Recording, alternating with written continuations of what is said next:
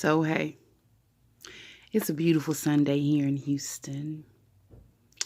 And I'm coming once again to talk about my truth and the way I deliver my truth.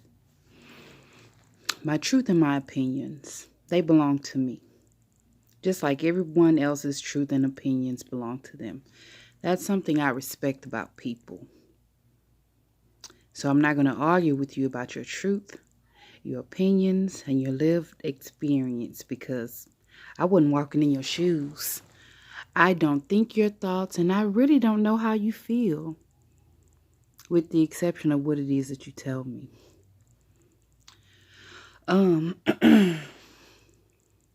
Someone asked me a question of, how do I sleep at night, knowing that I have a wild child out in this world? And I talked about it on Instagram very briefly, and I was saying I sleep very good. I sleep actually snoring and slobbing a little bit, out the left and the right side of my mouth. My mouth be wide open sometimes.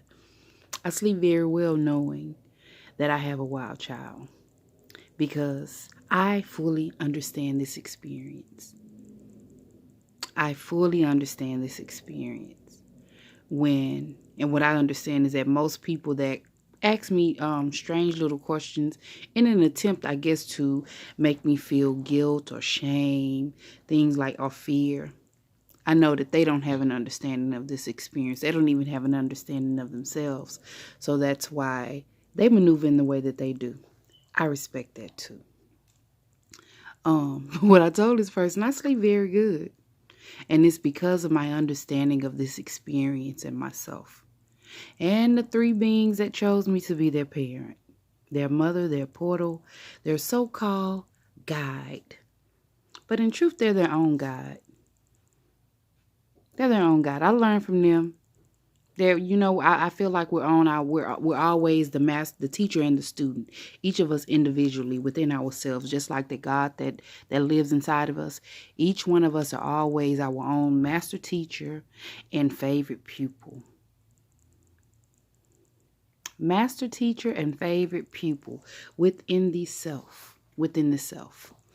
I notice most of the time it's always mothers which have this idea of what a mother should say and should not say when it comes to her children. So to hear a mother speak the things that I do, to hear a being playing the role of a mother speak the things that I do, it makes some of them cringe because how dare I have the audacity to say those things out loud? They say those things, but they don't say it in mixed company. They don't say it to anybody else except themselves under their breath. They probably don't even write it in their journal. And here go my big head ass strolling along, and I just let it come right on out. I'm telling my truth about my experiences with motherhood, how I feel about it, my likes, my dislikes, how I'm not attached to it at all. It's a part of an experience, an experiment, and an experience that I'm having. Nothing more, nothing less. So mothers that are always screaming, my children are my world, they really be having an issue with me. Not really an issue. They be bothered by what it is that I say. And I'm cool with that. I understand that because of their own conditioning. But my truth is that my children are not my world. I'm my world. My children are parts in it. They're players in my world. Because see, if I'm not okay, anything that's playing in my sphere, in my play, is going to feel that.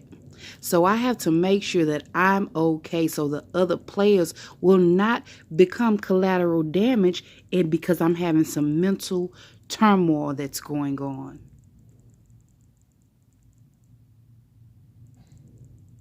I don't want the collateral damage. So I have to understand my role in my world and their role in my world. And I know that goes over so many mothers' head because of the conditioning. It goes over so many parents' head because of the conditioning and what a parent should be and it's supposed to be. It should be. It better look like this. Otherwise, it's a horrible parent. I get all of that too. But I don't even care about any of that.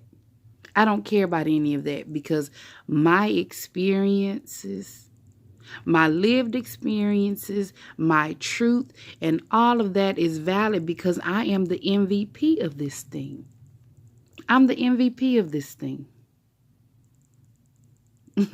No matter how I deliver things, there's always a few people that be side-eyed and rolling their eyes and got something to say about it.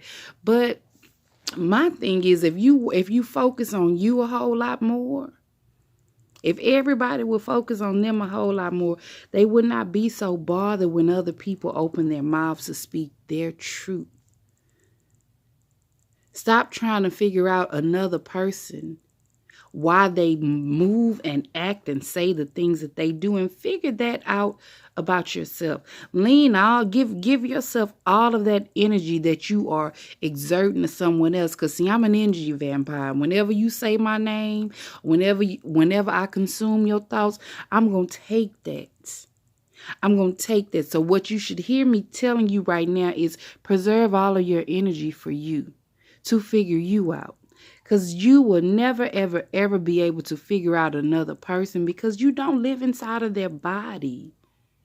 And no matter how many of their dark secrets that they may tell you, no matter how many of their opinions that they may tell you, reveal to you, their opinions, thoughts, wishes, wants, desires, no matter how much of that a person will reveal to you, you will never know them and never be able to fully understand them. So you may as well put that desire to understand another into yourself. Into yourself. Because that makes your experience a whole lot more beautiful when you can fully understand you.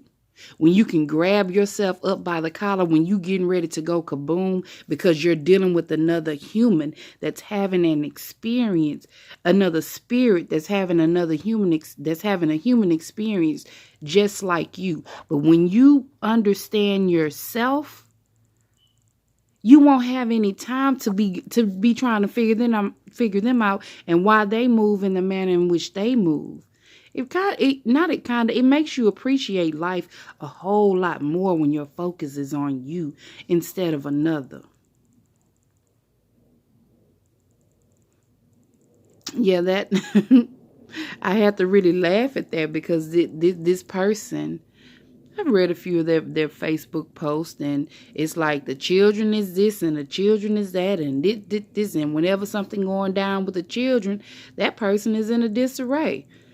I kind of stopped being in a disarray really like 10 years ago, almost 11 years ago with my spiritual awakening. When my higher self had to tap me on the shoulder and say, hey, baby, let's go over here. Slide to the side. Let me drive this vehicle from now on. And the things that have been coming out of my mouth, which have always sat at the top of my heart and in my psyche because I've been always intuitively guided. I raised free children because I was a free child. I always share with people that I looked at my grandmother as a gypsy, a family full of gypsies. She didn't introduce us to a lot. She didn't plug a lot of conditions into us.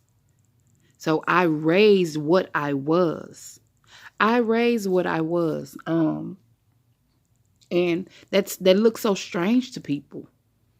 And even within my family, I am the one that raised, I guess they would say, the wildest children that there are because I'm wild. I'm chaotic. And I fully understand me. And my thing wasn't to put a noose or a boot on their neck. It was to let them be free as I was. Trying to run them, it caused me problems. Trying to run one of them, it caused me problems. It caused him problems. It caused my whole household to have problems. Because I was doing something that was really against my inner morals. And the way that his spirit is set up, no, he wasn't going to have it either. People really have to know who and what it is that they're dealing with when they're dealing with these spirits, immortals that are walking around in these bodies. You got to know who you're dealing with. But the first person you have to know who you're dealing with, you have to figure you out first before you try to figure out who another one is, what angle they're coming from. Who are you when you're looking at another one trying to figure out why they move the way they move? Do you know who you are? I suggest you start there. Because trying to figure out another one when you haven't even figured out yourself, it's going to only keep you confused.